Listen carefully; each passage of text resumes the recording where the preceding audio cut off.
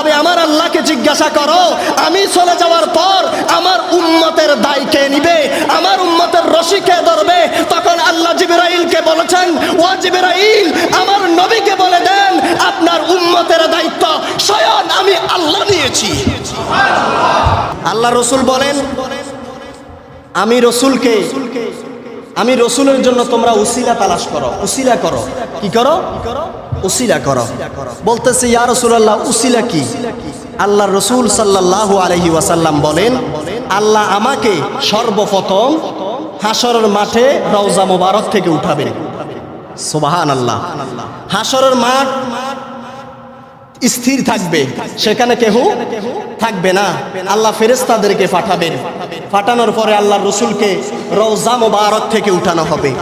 তখন আল্লাহ রসুল সাল্লাল্লাহু আলাইহি ওয়াসাল্লামের শরীরের মধ্যে কাদামাটি থাকবে। কি থাকবে? কাদামাটি থাকবে। জিবরাইল জিজ্ঞাসা করবে ইয়া রাসূলুল্লাহ সাল্লাল্লাহু আলাইহি ওয়াসাল্লাম আপনি তো রওজাতুম মির রিয়াজিল জান্নার মধ্যে ছিলেন, এখানে আপনার শরীরে কাদা কোথা থেকে আসলো? আপনার চোখে পানি কেন? আপনার পুরো শরীর কেন কাদামাটিতে ভিজা? আল্লাহ রসুল সাল্লাল্লাহু আলাইহি ওয়াসাল্লাম জিবরাইলকে বলবে জিবরাইল আমাকে উঠানো হয়েছে, কই এখানে তো আমার উম্মতকে দেখি না, আমার উম্মতকে কি জাহান্নামে দিয়ে দেওয়া হয়েছে? তখন জিবরাইল বলবে ইয়া রাসূলুল্লাহ সাল্লাল্লাহু আলাইহি ওয়াসাল্লাম হাশরের মাঠে তো সর্বপ্রথম আল্লাহ আপনাকে উঠানোর জন্য নির্দেশ দিয়েছেন। আল্লাহ রসুল বলবে জিবরাইল আমার এই কাদামাটি কেন জানো?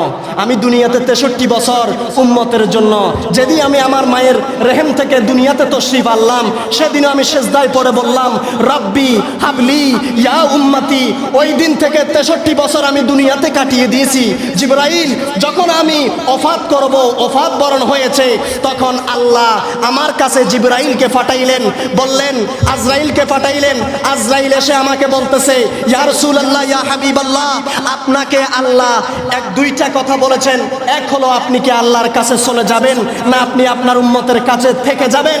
তখন আল্লাহর রসুল বলেছেন সমস্ত নবীরা চলে গেছে একে একে, আমিও চলে যাব আমার আল্লাহর কাছে, আমি আমার উম্মতের কাছে থাকবো না। তবে আমার আল্লাহকে জিজ্ঞাসা করো আমি চলে যাওয়ার পর আমার উম্মতের দায় কে নিবে, আমার উম্মতের রশি কে ধরবে? তখন আল্লাহ জিবরাইলকে বলেছেন ও জিবরাইল আমার নবীকে বলে দেন আপনার উম্মতের দায়িত্ব স্বয়ং আমি আল্লাহ নিয়েছি। কে নিয়েছেন? আল্লাহ নিয়েছেন। এরপরে আল্লাহ রসুলের রূহ কবজ করা হয়েছে। কবজ করার পর 3 দিন পর্যন্ত রসুলকে উপরে রাখা হয়েছে। রসুলের জানাজা হয় নাই, কেউ ইমাম নাই। তখন রসুলের কি করা হয়েছে? হাজার হাজার সাহাবায়ে কেরামেরা রসুলকে রেখে আল্লাহ রসুলের ওই দেহ মোবারক সামনে রেখে শুধুমাত্র নবীজির নামে দুরূদ এবং সালাম পড়েছেন। দুরূদ এবং সালাম পড়েছেন। আবু বকর সিদ্দিক বলে আমি আমার রসুলের মুখ মোবারকের কাছে আমার কান মোবারক নিলাম, আমার কান নিয়ে দেখতেছি আমার রসুল সেখানেও বলে উম্মতি উম্মতি। ফারুক বলেন আমি আমার রসুলের মুখ মোবারকের মধ্যে কান মোবারক দিলাম, রসুল সেখানেও কথা বলতেছে তেমন লাগতেছে। আল্লাহর রসুল বলে ওমর আবু বকর যেভাবে আমি আছি সেভাবেই তোমরা রসুলকে রওজায় শুইয়ে দাও। দেখেন রসুল দুনিয়া থেকে ওফাত করার সময় কার জন্য কাঁদে? আর জন্মনা কার জন্য কাঁদে? উম্মতের জন্য কাঁদে। আর ওই উম্মত রসুলের বিরুদ্ধে বলে, ঠিক কিনা বলেন? আপনি যখন চেয়ারম্যান হবেন, মেম্বার হবেন, এমপি হবেন, আপনার ছেলে খুশি হবে, ঠিক কিনা বলেন? কথা বলেন ঠিক কিনা? আপনি এলাকার সর্দার, আপনার ছেলে খুশি।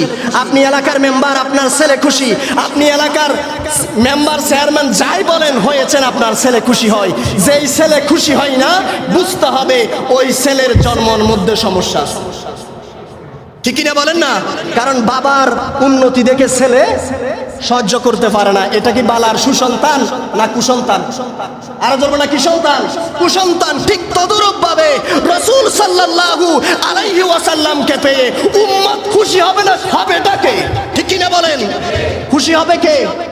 যিনি রসুলের উম্মত সেই খুশি হবে। এজন্যই তো আমরা ঈদে মিলাদুন নবী উদযাপন করি।